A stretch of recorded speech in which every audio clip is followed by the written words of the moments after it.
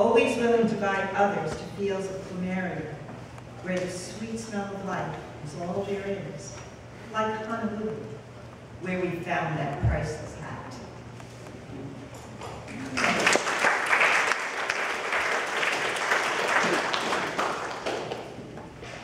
This is really more of a prop. It's a uke. And back in the day when I was making up my songs, I didn't know how to play anything except a ukulele. So my father got me a baritone uke. And sometime around college, I had seen a sign written on the pavement of wherever I was walking, and it said, "Yankee, come home."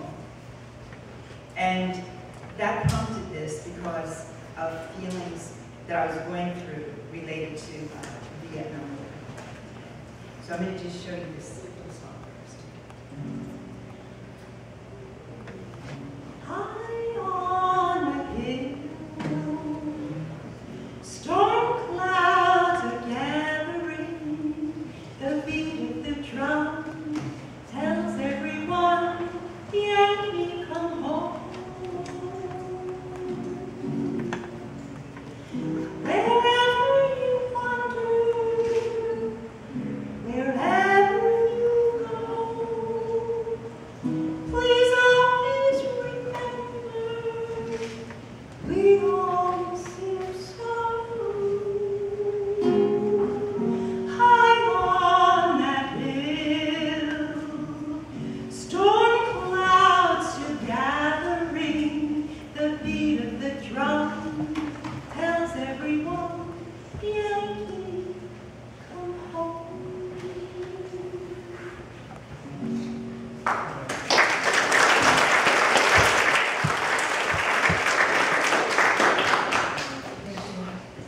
This poem is called Vietnam. Where was I? Writing a song called Yankee Come Home on my baritone uke, not knowing what I was talking about. Having a baby, trying to figure out how to tell my dad his future son-in-law was still married and twice my age. Wondering who should tell my mom, so easy to cry and still a believer. I lost hope when the priest's answer to my big sin was to give his child away. Hawks and doves, the great divide. Vietnam was far away, even when Nicky Lee was killed, our college football star, an absent hero. When cousin Walter left, the baby I fed mashed bananas to, he came back, someone new and strange, shrouded in unspeakable memories, and older than I could ever be. I see my current husband's pain, and wonder if I was partner to the destruction of my generation. I didn't protest. I was working, mothering, surviving, playing, while my generation gave its arms and legs and lives to fight an empty war. Vietnam, I forgave you. Today you live and breathe.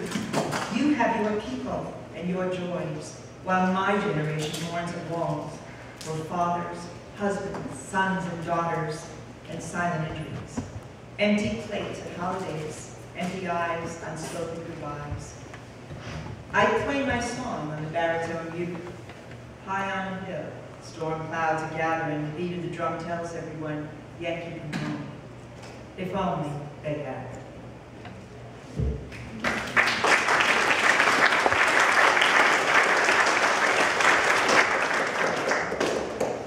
This is another prop.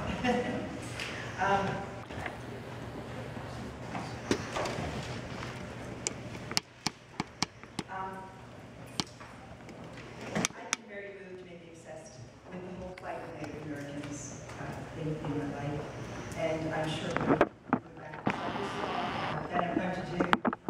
Back in the 70s, and it was related to the issue of wounded Native.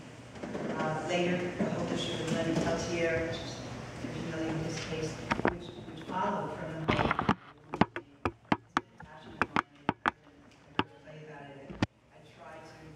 some awareness of what's going on with him. But this song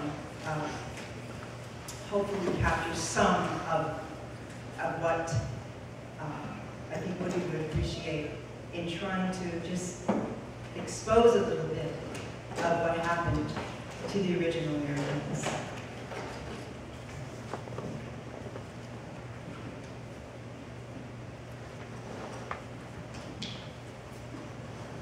This is just a prop, remember? In case that's true. A child of nature, he was walking through the night with the vigilance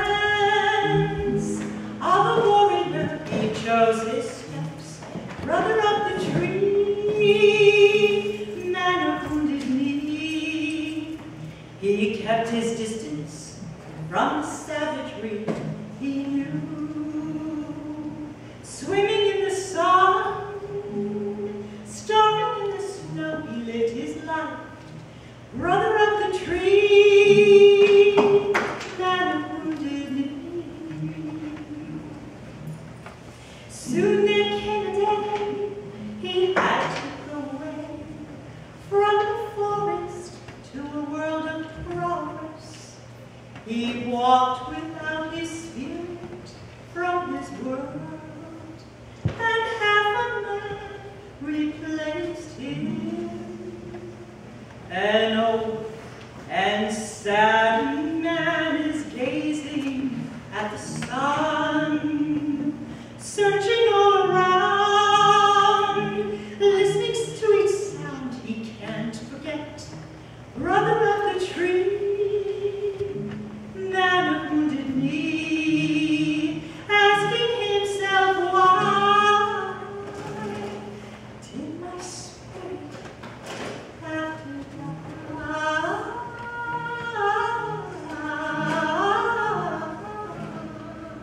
Hey.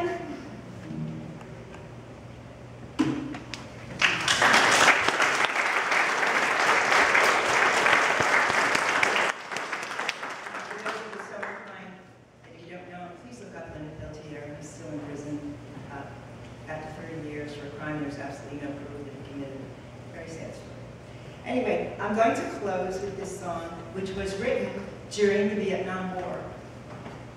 But to me, I think Woody would say it still applies today. Again, it's short, it's crude, but you know, it gets the point across, I hope. Santa, please. Santa, please, for Christmas, bring my daddy back to me. Pick him up and bring him back, put him down under that tree. So Mommy won't cry, mope around anymore. And then Santa, maybe there won't be any more. Santa, please, for Christmas, bring my daddy back to me, and Mommy too. Pick him up and bring him back and put him down under that tree. And if you do, maybe Mommy won't cry and mope around anymore. She'll laugh and smile, and then Santa maybe won't be any more for just a while. Santa, please, for Christmas. Listen, Santa, please, for Christmas. Please listen. Santa, please, for Christmas, bring my hand back to me. Thank you.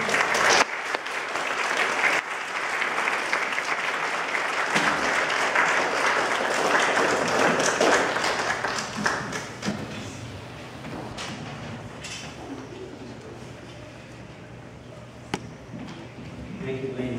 Very nice. I'm going to bring up our next poet, who will be Laura Voss. Laura is a first prize contest winner at the Poetry Society of America's Gordon Barber Poetry Award. She's the founder and editor of Lips magazine. In 2011, she received the first poetry award at the International Poetry Festival at Swansea, sponsored by Cross Cultural Communications, and 7th Corey. She's the recipient of 3 fellowships in poetry from the New Jersey State Council on the Arts. Her books include Reports from the Front by Cross Cultural Communications and Flashlight, published by Guernica. appeared in the New York Times. Please give a warm welcome to Laura Boss.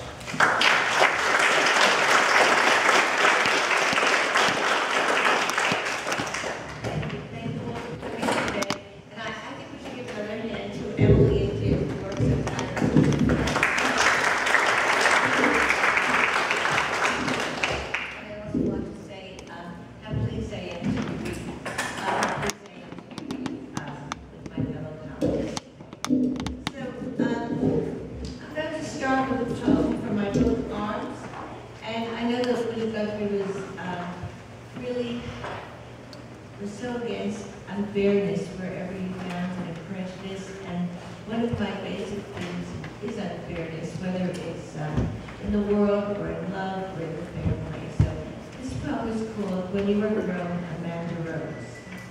When you are grown, Amanda Rose, and fill out NEA forms, if there is still an NEA in the year 2024, you will check minority infant granddaughter and check the box Hispanic in that column of minorities. And at your first job interview, your dark skin will meet a check mark when you are sitting at some employer's mahogany desk during this job interview.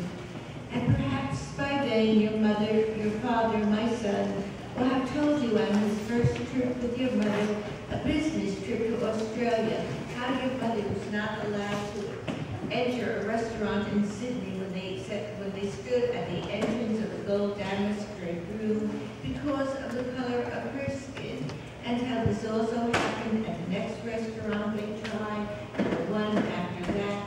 And when my son went up to the young owner of a kosher restaurant, and the owner also did not want her to enter, my son said that he was also Jewish, and how could this man discriminate after how the Nazis had treated the Jews? And the owner replied, please leave.